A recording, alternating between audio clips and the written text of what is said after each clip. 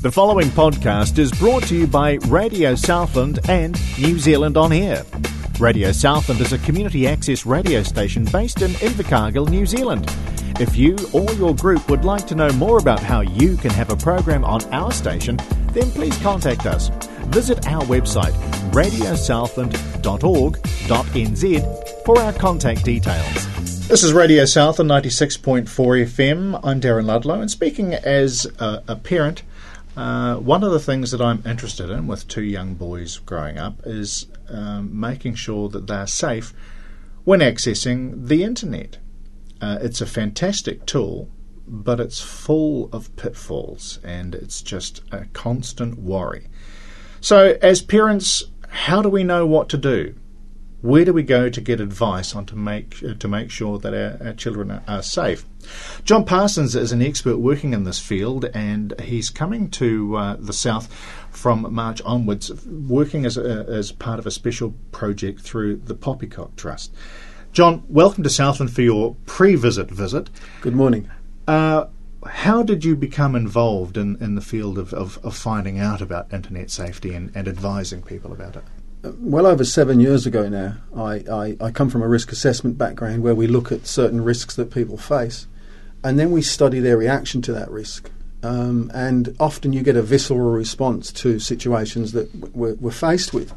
And that's an emotional response to a situation. And over time, over the past 7 years, we've noticed through media, through radio and other outlets, that when people hear of information where there are victims because of the use of this technology, there is this visceral response to the situation. So we started to look at what was happening, what contributed to somebody being a victim of a certain type of crime with the use of this technology. When we looked at that, we didn't see it as an IT issue. We saw it as a health and safety issue. We saw it as a behaviour issue. We then started to adopt and create education that looked at raising awareness to what the issues were and providing good knowledge, appropriate knowledge for parents, for children, for students, and for the entire community to use this technology safely. And that's progressed over the last 7 years to the point where we now deliver prevention first, values-based education in primary, intermediate and college-age schools. One of the things I've been pondering about with this is that it strikes me as being very similar to the motor vehicle. Now, the motor vehicle is a wonderful tool when it's used properly, and we use it a lot. And for drivers and for other people, other road users, there are many messages out there now that teach them how to make sure that they're safe. Now, the internet, similarly, is a wonderful tool, but much like the motor vehicle, there are potential pitfalls. But how do we keep people safe? This, as a parent, is an area that I'm very unfamiliar with. I'm a grown-up. I can make decisions. I can probably sometimes spot websites that might not be appropriate or legitimate. But for kids, it's a whole new playground. And I think that's an excellent comparison to look at cars. I often use that myself in workshops. When anybody goes to use a vehicle, they've got to go through an education process. They've got to experience the road with support from an experienced driver. And the way that we should be looking at this technology is it's a giant highway. It's actually the greatest gathering space that's ever been created in human history, and we don't quite understand it. And children have established dominion there. They go there in their thousands every day, and they communicate with each other. And let's not forget, it is a communication tool, and they do have a right to use it. But they also have a right to receive good education in how they should use it, just like the person learning to drive a car. What I want parents to do is to not see this as an arms race. You know, when something goes wrong, they've got to compete with their child to find ways to block them using this technology. I want parents, as the child grows and becomes an individual, to be alongside their child when they use this technology, to support them, not to police them. The first friend a child should have in Facebook is mum and dad, so that there's no gap established. So as the child grows, they get used to having mum and dad or the guardian alongside them. Now, in reality, we can't be with our children 24 hours a day. But we never have been able to do that. There are times when children are growing up, from 10, 11 onwards, that we're not always with them. The internet didn't create that separation. It's just part of human existence. We are able, in the physical world, when our children go for a sleepover, we go and check out that environment to make sure it is consistent with the values of our home, and is it a safe place for our child. With the internet, we shouldn't see it any different.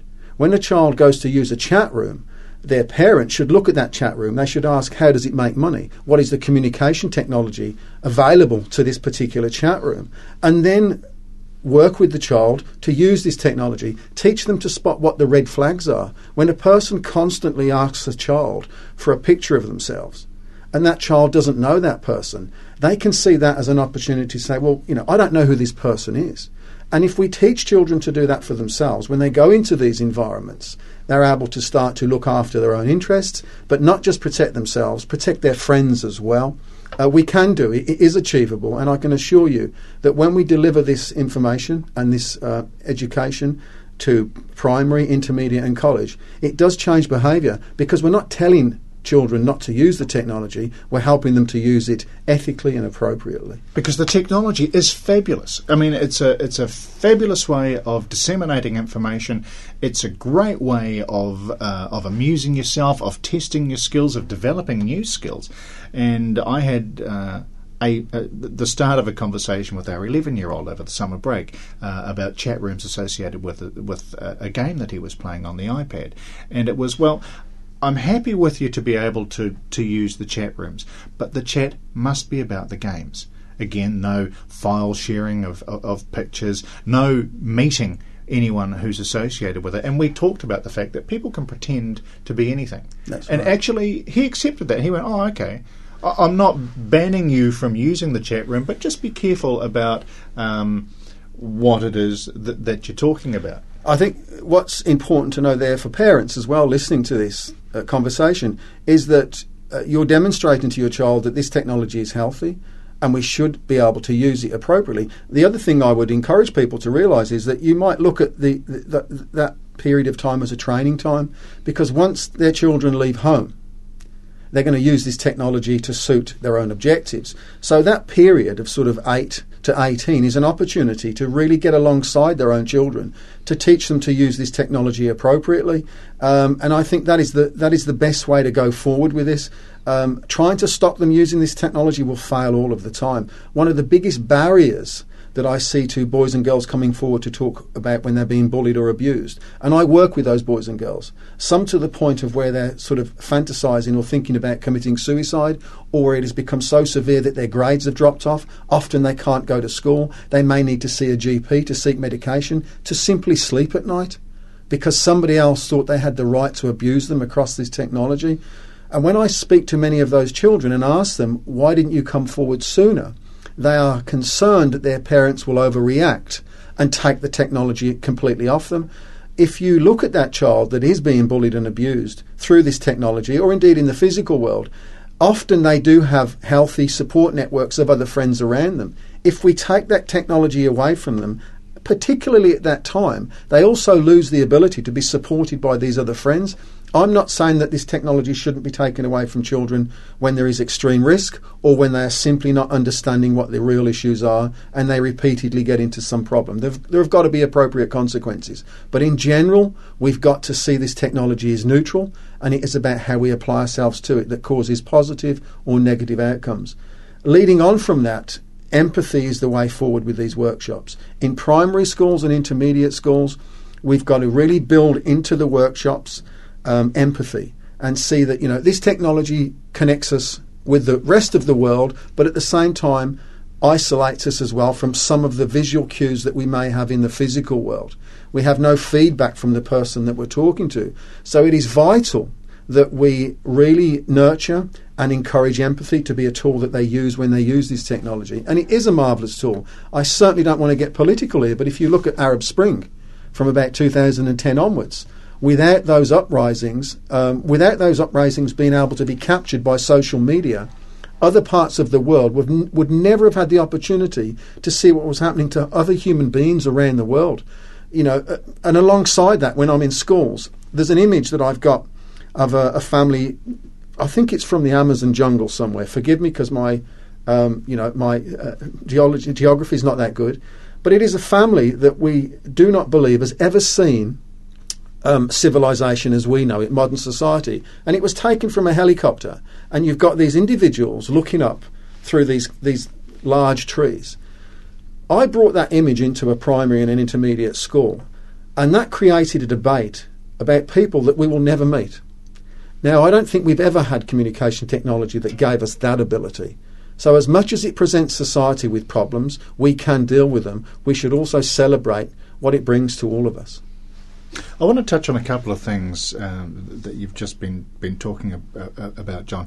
Firstly, there's that empathy, and this comes down to non-verbal communication. When we're talking with people face to face, we can sense when they're being slightly sarcastic or taking the borax or what have you. And this is one of the things that has disappeared through text and online conversations, as you don't see those triggers that indicate that perhaps somebody is being funny or making a joke. And just because they've put lol after something that could actually be quite a hurtful statement doesn't actually forgive that statement, and young people don't necessarily grasp that. It's cyberbullying to people of my age.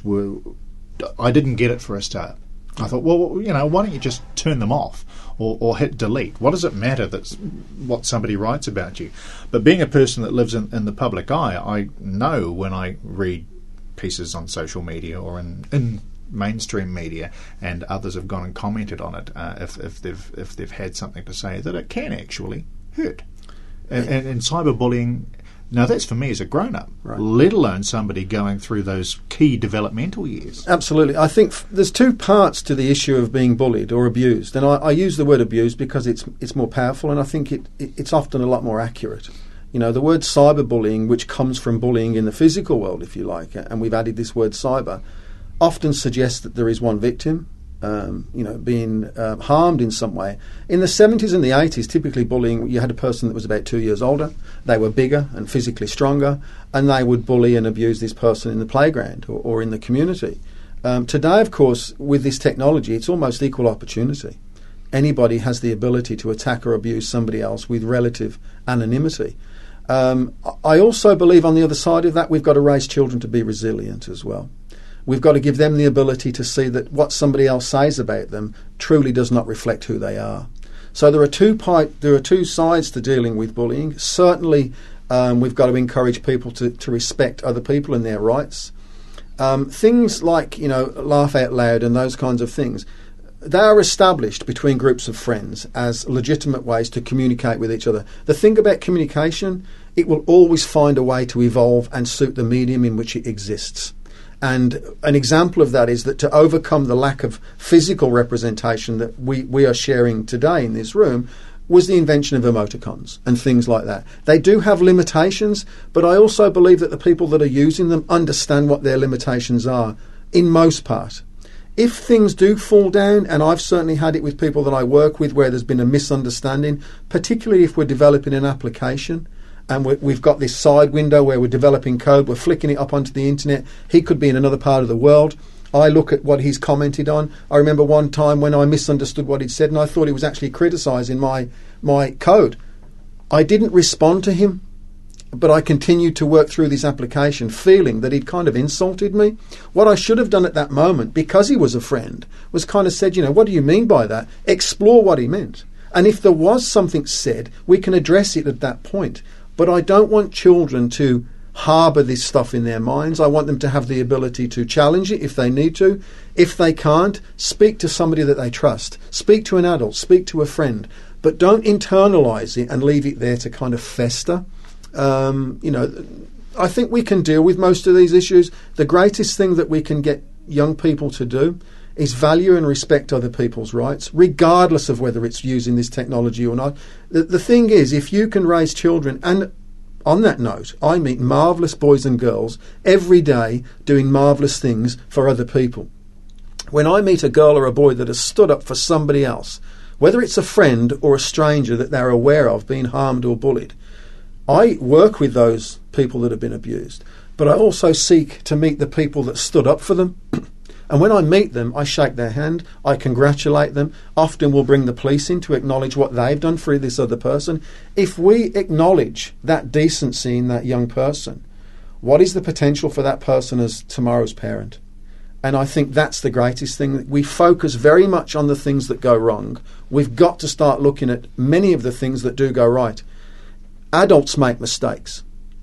Adults drive cars today, and they will do tomorrow, where they've had too much to drink, knowing that they shouldn't be driving. Adults drive cars too fast. When we look at those situations, it isn't a visceral response to say that cars are dangerous. It is the person driving the vehicle, and it is the same with this technology. So it's about behaviour, and it's about correcting it, guiding it. I think, guiding it and correcting it, certainly at times, supporting their right to use this technology. For every child that I've met that's made a mistake, I've met an adult that's made a mistake within the context of their own life. I've met grandparents that have perhaps been married for 40 years, and then the grandfather has passed away, leaving his wife. And she's devastated by that loss. And then 2 years later, she seeks to find a companion, not to replace her husband, but simply a companion to share the rest of her life with. So she joins an online dating site or a companion site. And the person that she perceives as this Italian, that's a lovely person, is actually from another country. And then she's in the presence of a conman, that his only motivation, his only task is to take money off her. And I've met these individuals, and it is devastating. Well, it's the well-recognised case of the person in South America, the Kiwi woman who's down there because she ended up helping somebody online and became a drug dealer. Absolutely. And on that, I want to let you know this. This is from 2011, from the National Cyber Security Policy. In 2011, there was a number that came out. $600 million every 12 months is stolen out of New Zealand. $600 million. Every 12 months, there was over 133,000 victims of cybercrime. The unique thing about this technology is that it isolates both the criminal and the victim. If you get burgled next door to your house, you don't need a workshop to know that you've got to lock your front door and your back door, because we can see it. But this technology, it's often below the level of our own perception. And we've got to get into the communities. Before you can teach a child, you've got to connect with them. A pamphlet and a fridge magnet and a poster doesn't do that. We've got to be in the classroom with these students, talking about what the issues are, celebrating what they get right. That's where the change comes. And it's the same with the workshops for older people, senior citizens. We go and do these workshops with them. We talk about the issues. I bring forward cases. There was one particular grandmother that thought she'd found somebody that she could spend the rest of her life with. When she realised that this was a criminal taking money from her, he'd taken many thousands off her at this point. We had to let her know that there were 2 other potential people coming forward to reconnect with her through that same online dating site.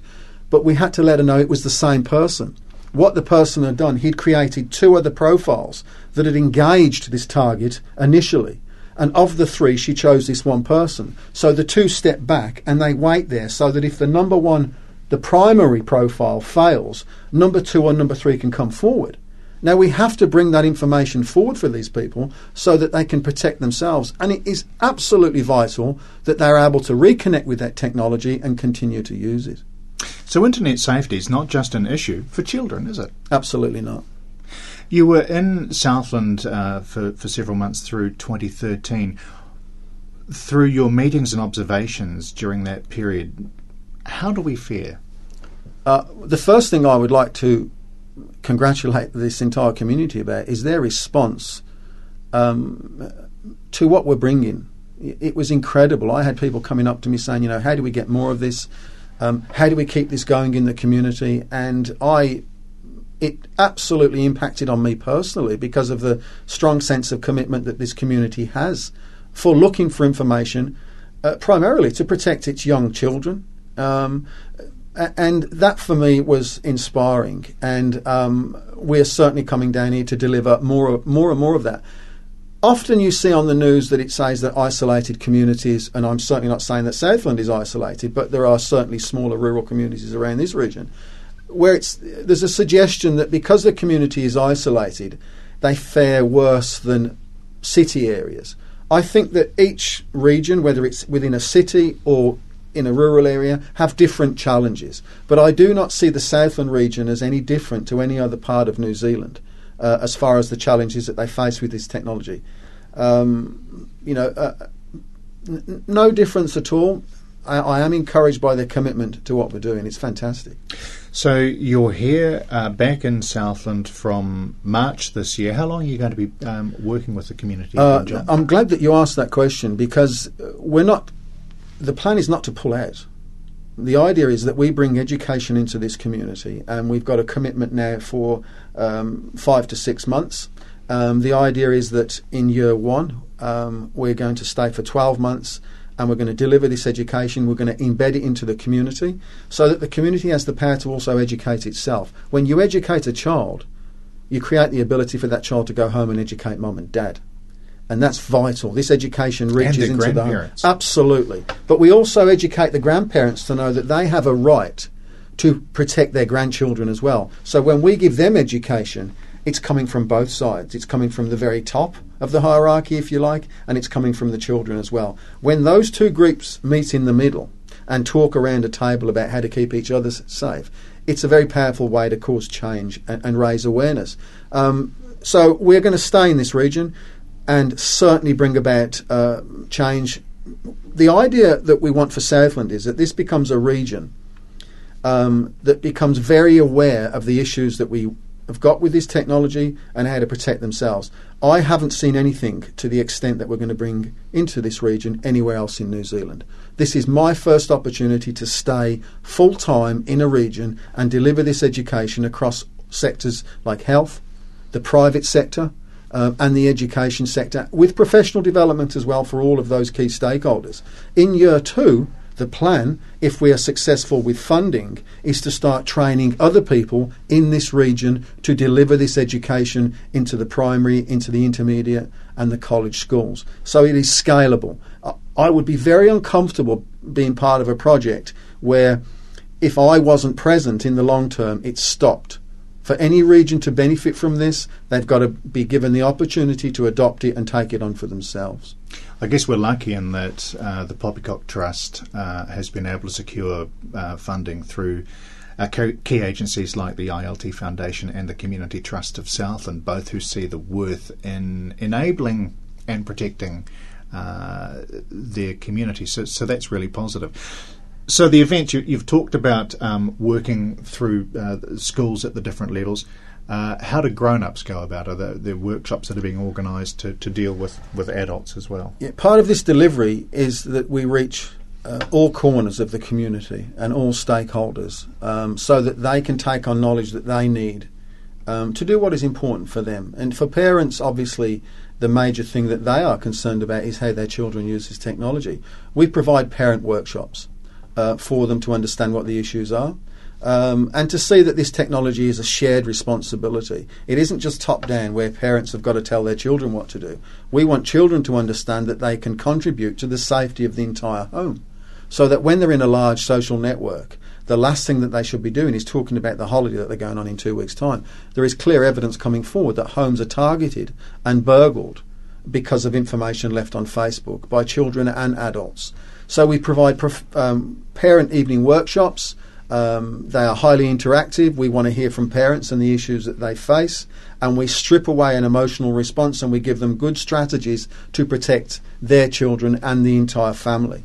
We provide professional development for the health sector, nurses, doctors, anybody that is exposed to children or youth as potential victims. We provide professional development for them so that if that child is exposed to a situation in the community and they may well end up with the GP, we provide knowledge and training for the GPs to understand the context that it has occurred for that girl or boy and what some of the other challenges that child may face over the next 12 months. So it is an entire blanketing of the community with a common theme. We talk about, in historical terms, the industrial age. This section of the computer age is really the next evolution of our society, and it's very new to a lot of people. And as we touched on earlier, new isn't necessarily bad. We just have to figure our way through this. So the message isn't internet is a bad thing, and there are some, as you've touched on, some very simple things that people can be aware of. The holiday example is a great one. I'm very careful about how I post when I'm on leave.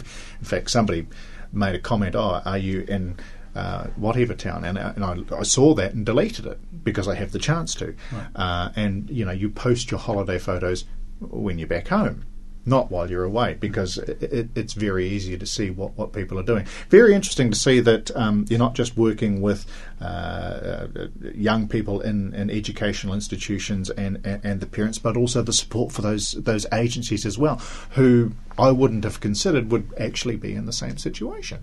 Absolutely. When you meet a girl that's been through a sexting situation where she sent pictures of herself to either a boy that she thought she could trust, or perhaps to a predator on the internet. And I've met those girls and boys many times, different boys and girls, obviously. Often that girl needs support immediately, and I'll go and work with the family. We'll establish the way forward, the roadmap out of this situation. It's important that the family see that girl is a victim, absolutely a victim, and their role is to support their daughter. The last thing she needs to be is judged. Often it's also involves a counsellor, and a GP, and it is vital that they understand the impact on that child, not just why the child is present in front of the doctor, but also often the home becomes one of the most hostile environments for that girl to be in. I mean, can you imagine two parents sitting at home at 4 o'clock on the afternoon, and the father has received an image of his daughter that has been found in social media that's a highly sexualised picture of the girl lying on a bed? That is a unique exposure of information. And that father is traumatised, he is shocked, he is angry.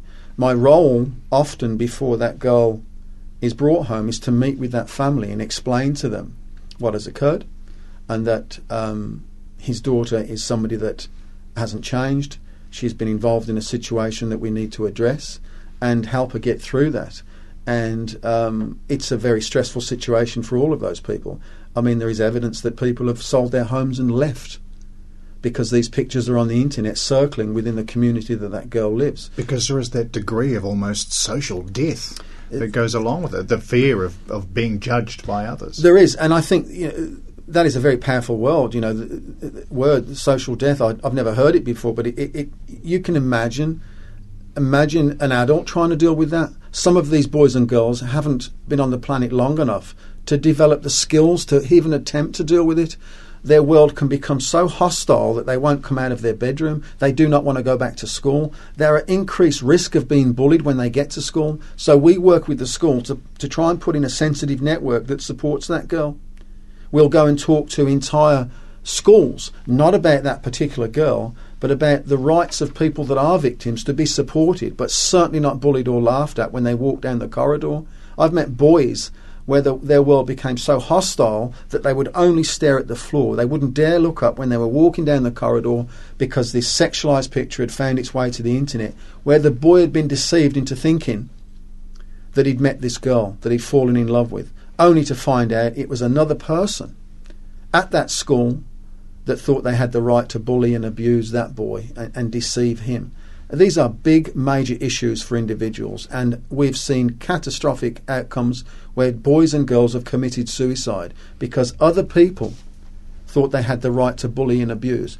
It becomes a life-changing event for the bullies and the abusers themselves as well. Imagine those people, those boys and girls sitting in their own house, knowing that they had contributed to those kinds of outcomes for other boys and girls. The impact on their families is large as well. For the parents, I'm aware of a case on the news recently where a boy of 17 or 18 walked into a bedroom at a party, and there was a girl that was incapacitated, and there was two other boys that were appearing to assault that girl, and he videoed that, and then he flicked it onto Facebook. He's had to pay something like $5,000 in reparation. He's got X amount of community hours to serve. He's got home detention, I believe, and forgive me if I'm wrong, of probably 4 or 5 months home detention. And when the public see that, they see this response to that. What they don't realise is that he now has a criminal record. And that will come up for the rest of his life. I mean, that is a life-changing event for him. Even though he's remorseful and he didn't understand what was actually happening, perhaps, I don't know the exact circumstances of that. When I go to colleges, I talk to boys and girls about this. that if you exchange pictures like this between each other, whether you believe there is perceived trust or not, it places extreme risk on both parties. And I appeal to both of those people, in those circumstances, do not adopt that behaviour amongst yourselves, because it has extreme outcomes for both parties. And I'm encouraged by the fact that when we talk to them about this in a non-judgmental way, they can either be strategic or ethical in their choices to not do it, and that's all we can expect of them. John, I'm interested to get your perspective on community reaction to the Roastbusters scenario. Right. Because I think that, it caught me by surprise. Yeah, and the thing that I try not to do is I don't want to comment particularly on that specifically, because I don't have all the knowledge, and it is a process that is unfolding. And so as I speak now, I don't want to comment on that. But generally speaking, one of the mistakes that I believe was made with that, as far as the media were concerned, is that they took on a name that was created by the offenders themselves. And that gives it an extra dimension and an extra life. When we are describing any form of abuse, we should be very accurate about what we're talking about. And I think that using labels that have been created by potential offenders is insulting to the victims, and it doesn't get to the core issue. Now, that situation or situations like that are devastating for anybody that is in front of that lens. The law constantly does its best to keep up and deal with these issues. What I do believe is that as more of these cases become into the courtroom, judges and the legal process will become more comfortable at bringing about appropriate and often severe responses to the offenders of that. We are in a changing period of time where everybody is grappling with these issues. Ultimately, we need the law and regulation.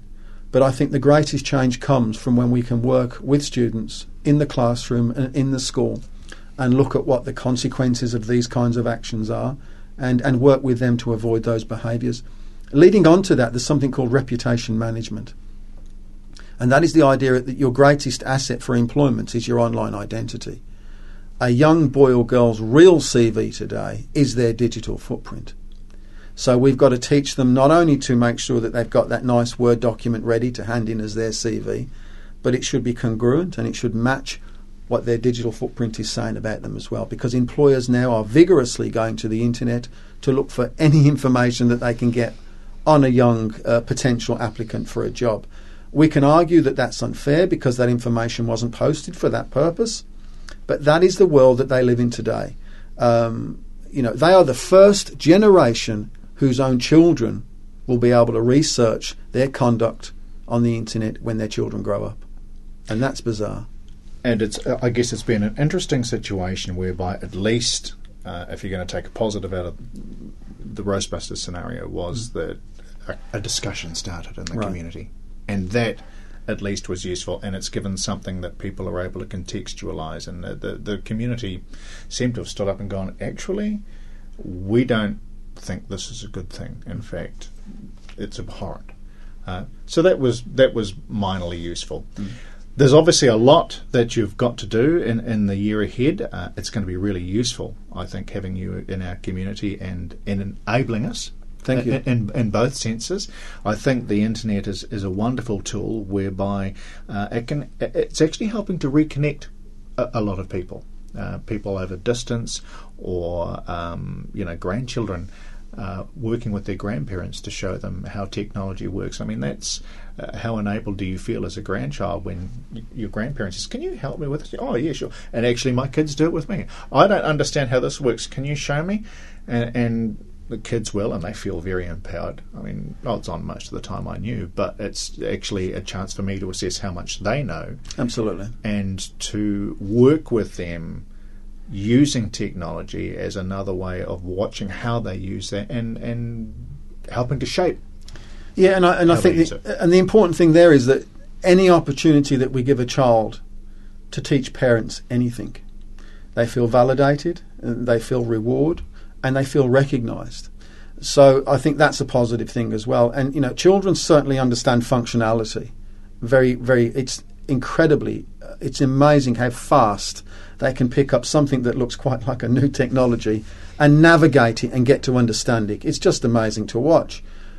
When they're 10 and 11, they haven't been on the planet long enough to develop, the types of risk assessment abilities that they need when they're exposed potentially thousands of strangers. Parents have got better knowledge of that. If we bring the two together with a good set of values, then I think we're going to be fine. And again, focusing on the absolute positive rewards that this technology has brought forward. One of the biggest uptakers of social media today, or Facebook, are grandparents, because they can connect with their family that have gone overseas. That has got to be a marvellous thing. The absence of that technology doesn't allow for that to occur. And going back, all of this is about communication. Communication, it really feels like a living thing. It survives in various mediums. And what we've got to do is craft and evolve the way that we communicate in this medium to suit ourselves, but to also maximise benefit for everybody else that we engage with. It's a whole new world. It's an exciting one, and one that people shouldn't be afraid of, but what they need, and I guess your objective is to help give them the tools to cope and to share and to teach. People wanting to find out more about what John's going to be doing can do so through the Poppycock Trust. And Nikki Burns, welcome along. We're sitting there very, very patiently. The Poppycock Trust has been set up to achieve what in Southland? It's been set up as a response to the community need, obviously, but it's been set up as a vehicle to facilitate the John's resource across the whole community. Our vision is very much to go Southland wide and take everyone with us with John's education. So in terms of funders and giving public confidence, we wanted a registered charitable trust that we can facilitate the funding and facilitate John's resource to the community. Are you pleased with the response that you've had, Nikki? Very, very pleased. As John said, it was very profound for him personally and professionally, and very exciting for me as a Joe Blogs in the community to run with the vision and go to funders and go to individuals and schools and police, and for them to see the need and want to respond to that. So people who would like to find out more about what John's going to be doing in Southland through the Poppycock Trust, how do they get in touch with you? Either through email at poppycocknz at extra.co.nz, or they could ring me on 027 6616 918. And we'll have that information on our website as well. Well, Nikki, congratulations on setting up the Poppycock Trust and facilitating this. And John, welcome to Southland. Thank you very much. Welcome back. Yeah, thank you. I really enjoy my time down here, and I look forward to moving into the community and working with all of the stakeholders. John Parsons is an internet health and safety consultant who's going to be working in our community over the next year and probably beyond that to help make it an even better place in which we can live, work, play and achieve. You're listening to Radio Southland on 96.4 FM. The preceding podcast was brought to you by Radio Southland with the support of New Zealand On Air. Their funding of the Access Internet Radio project makes these podcasts available. To find similar podcasts by other stations involved in the project, go online to accessradio.org.